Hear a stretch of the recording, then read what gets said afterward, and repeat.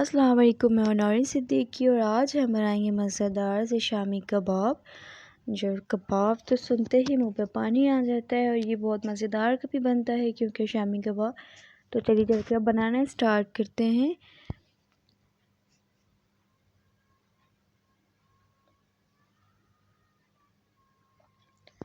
यहाँ पर मेरे पास है 1 किलो मैंने गोश्त लिया है बड़े का, और 2 कप जो है मैंने यहाँ पे दाल का इस्तेमाल किया। दाल मैंने भिगो के रख दिया था और 2 घंटे के लिए आपने इसको रखना है। मैंने 1 घंटे के लिए रखा है, तो आप इसको अच्छे से वॉश करके रखते हैं। मसाले यहाँ पे मैंने 3 टेबल स्पून जो अदरक लहसुन का पेस्ट इस्तेमाल किया है।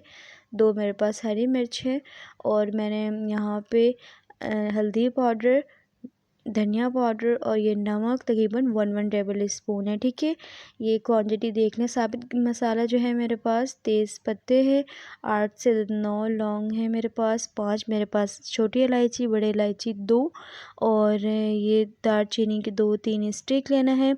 1 चम्मच ज़ीरा का इस्तेमाल करना है। 8 से 10 दाने आपने काली मिर्चों का, और मैंने एक जो है छोटा सा पीस देख सकते हैं जावित्री इस्तेमाल किया है। और ये खड़े मसाले आपने इसी तरह से लाजमी ऐड करने होते हैं। ठीक है, ये बन गया आपका शामी कबाब मसाला, जो बहुत ही ये जो बहुत ही स्पेशल मसाला होता है। यहाँ पर आपने ले लेना है एक बर्तन, इस पर मैं ऐड कर रही हूँ ये दाल। इसको बहुत अच्छे से आपने वॉश करके इसको पकाना होता है और इसको भिगो के रख दें तो इसका ज़्यादा रिज़ल्ट अच्छा आता है। ठीक है, यहाँ पर मैं ऐड कर दूँगी ये सारे गोश्त, और ये गोश्त भी बहुत अच्छे से आपने साफ़ कर लेना है। और यहाँ पर मैं ऐड कर रही हूँ ये अदरक लहसुन का पेस्ट और ये सारे मसाले। ठीक है, खुश्क मसाले का मैंने पहले भी बताया हुआ था कि खुश्क मसाले जो इस तरह से हैं, साबित मसाले, इनको आपने इसी तरह से करना है, कोई ग्राइंड नहीं करना है। अच्छा जी, यहाँ पर मैं अब ऐड करने लगी हूँ, ये मैं 1.5 गिलास पानी का इस्तेमाल कर रही हूँ। आप 1.5 से 2.5 भी कर सकते हैं।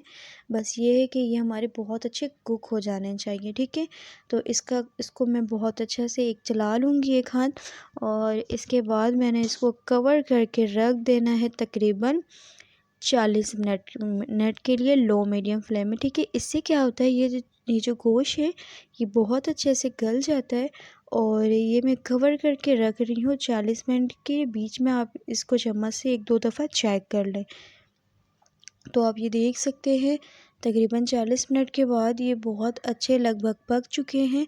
और अगर ना भी पके तो थोड़ा सा पानी ऐड करके आप इसको और कर सकते हैं। मैं यहाँ पे इस चीज़ का इस्तेमाल कर रही हूँ। इससे क्या है, आपके कबाब जो है थोड़े रेशेदार बनते हैं।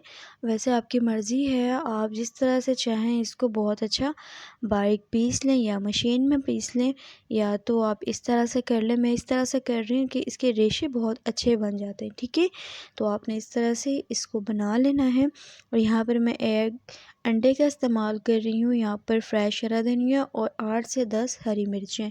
अच्छा, आप यहाँ पर चाहे तो पुदीना भी इस्तेमाल कर सकते हैं, मैं पुदीने का इस्तेमाल नहीं कर रही हूँ। ठीक है, तो इसको बहुत अच्छा आपने इसको मिक्सिंग करनी है। और नमक यहाँ पर आपने चेक कर लेना है, इसकी क्वांटिटी वो अपने हिसाब से आप डालें, जितना आपको ज़रूरत लगे, कम या ज़्यादा यहाँ पर आप ऐड कर सकते हैं। ठीक है, इसको मैं बहुत अच्छे से मिक्स कर रही हूँ। आप देख सकते हैं ये थोड़ा ड्राई हो जाए तो मैं फिर इसके कबाब आपको बनाकर दिखाते हैं। ये मसाला हमारा बहुत अच्छा तैयार हो चुका है, तो आप देख सकते हैं मैं ये थोड़ा ठंडा भी हो चुका है कि मसाला मैं थोड़ा सा कबाब का इस तरह से लूँगी। आपको जिस साइज़ की पसंद हो आप उस साइज़ के बना सकते हैं। तो ये मैंने थोड़ा सा बॉल बनाकर हाथों की मदद से आगे पीछे इसको इस तरह से प्रेस करना है। अब आपने एक अच्छे से इसको लुक दे देनी है। इसका शेप बहुत अच्छा आपने रखना है, कहीं से ये ख़राब ना हो जाए। तो मैं इस साइज़ की ले रही हूँ, आप चाहे अपनी मर्ज़ी के छोटे या बड़े कर सकते हैं। ठीक है, इसी तरह से सेम आपने सारे कबाब को बना लेना है। बहुत ज़्यादा अच्छा ही देख सकते हैं हमारा एक तैयार हो चुका है बहुत अच्छे लुक में। तो ये बहुत अच्छे से बनकर तैयार हो जाते हैं। तो ये आप देख सकते हैं, मैं आपको बर्तन में दिखाऊं कि देखें, माशाल्लाह इसका लुक बहुत प्यारा आता है।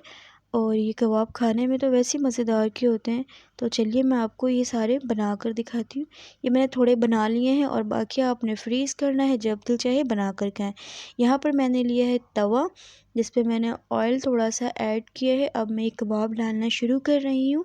इस तरह से आपने आहिस्ता आहिस्ता करके अपने तमाम कबाब को फ्राई कर लेना है, ठीक है।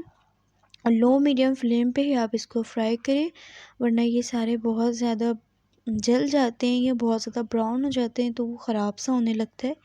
तो आपने जलाना नहीं है, जस्ट इसको गोल्डन करना है। तो जब ये देखें, इसको थोड़ा सा आपने डालने के बाद इसकी साइडें फ़ौरन से चेंज ना किया करें, तकरीबन 2 से 3 मिनट इंतज़ार किया करें। और 2 से 3 मिनट आप इसको, जब ये गोल्डन बहुत अच्छा सा एक लुक आ जाए, फ्राई हो जाए, तो इसकी साइडें आप इस तरह से बहुत ईज़िली आराम से आप चेंज कर सकते हैं। तो माशाल्लाह आप देख सकते हैं इसकी एक साइड पक चुकी है। तो ये कबाब बहुत मज़े का बनकर तैयार होता है। तो इसी तरीके से मैंने अपने सारे कबाब को दोनों साइडों से बहुत अच्छे से फ्राई कर लेने हैं। और आप चाहे तो इसमें बहुत ज़्यादा ऑयल ऐड करके भी इसको डीपली फ्राई कर सकते हैं। मैं तवे पर नॉर्मल फ्राई कर रही हूँ, ठीक है। तो आपने इसको सारे कबाबों को इस तरह से फ्राई कर लेना है और मैं आपको इस तरह से दिखा रही हूँ। तो अब मैं इसको एक पीस आपको निकाल के दिखाती हूँ। ये बहुत अच्छे मेरे कबाब फ्राई हो चुके हैं। तो माशाल्लाह अब मैं आपको डिश आउट करके दिखाती हूँ। तो माशाल्लाह आप देख सकते हैं कबाब बहुत ही अच्छे बनकर तैयार हुए हैं। बहुत मज़ेदार के लाजवाब कबाब।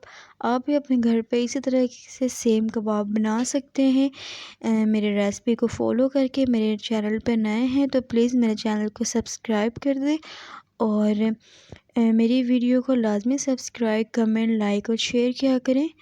तो मैं आपको यहाँ पर अभी दिखाऊंगी कि ये कैसे हमारा जो है शामी कबाब जो है रेशों से भरा हुआ बना है।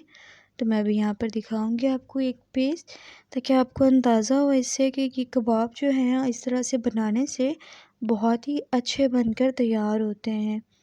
तो यहाँ पर बहुत ही अच्छा एक लुक आपने दे देना है, जैसे आपकी मर्ज़ी। तो उस तरह से आपने इसको बहुत अच्छा बना लेना है। तो यहाँ पर आप देख सकते हैं कि कबाब बहुत अच्छे बनकर तैयार हुए हैं। तो आप देख सकते हैं ये कैसे रेशेदार है। तो आप अपने घर पे इसको लाजमी ट्राई करें। तो चलती हूँ एक नई वीडियो के साथ, फिर आपके साथ हाज़िर होंगी। तब तक के लिए आपने अपने रखना है बहुत सारा ख्याल और मुझे दे इजाज़त। अल्लाह हाफिज़।